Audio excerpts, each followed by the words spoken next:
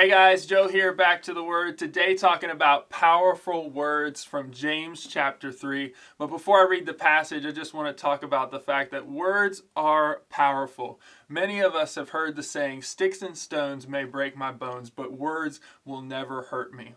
But you and I both know that is a lie. You may have received a wound that caused you to bleed, and that thing heals over time. But many of us have received wounds to our soul, to the inside of us, emotionally, spiritually, that words have been spoken over our lives that do hurt us, that we have carried for years, decades, maybe even a whole lifetime. And so we get a lesson today on the power of words from James chapter 3. I'm going to start reading in verse 7 and go through 10. It says, "For every kind of beast and bird, of reptile and sea creature can be tamed and has been tamed by mankind. But no human being can tame the tongue. It is a restless evil, full of deadly poison. With it we bless the Lord our Father, and with it we curse people who are made in the likeness of God.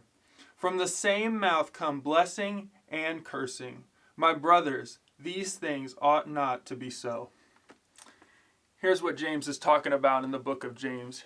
He's talking about simple faith does. The fact that if we have simple saving faith, our actions are going to show it. And here, specifically in this passage, in James chapter 3, he's talking about our words are going to follow our faith.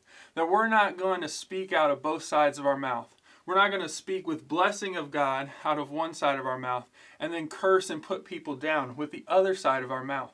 But this is a hard battle. It says in this passage that the tongue is a hard thing to tame, and it can only be tamed by the power of the Holy Spirit. But we need to strive for authenticity in our words. There's another passage that I think about, and it comes from the Apostle Paul over in Ephesians chapter 4, verse 29. And he picks up on this same theme, that our words need to be consistent, genuine, and from the Lord. It says, "Let no corrupt talk come out of your mouths, but only such as is good for building up, as it fits the occasion, that it may give grace to those who hear." Words are powerful things. James says it, the Apostle Paul says it. And here, Paul calls us to use words to build others up. I don't know about you, but in our culture, it's really easy to use words to tear others down so that we feel better about ourselves, to belittle others and to build ourselves up. Here, the Bible tells us that if we have really trusted in Jesus and we're bearing fruit consistent with saving faith, we're going to use words to bless the Lord and to build others up. It's a beautiful thing. So my challenge for you today is use words to bless the Lord and build others up. Strive for genuineness in your words. Use words that bless God and bless others. God bless. See you guys soon.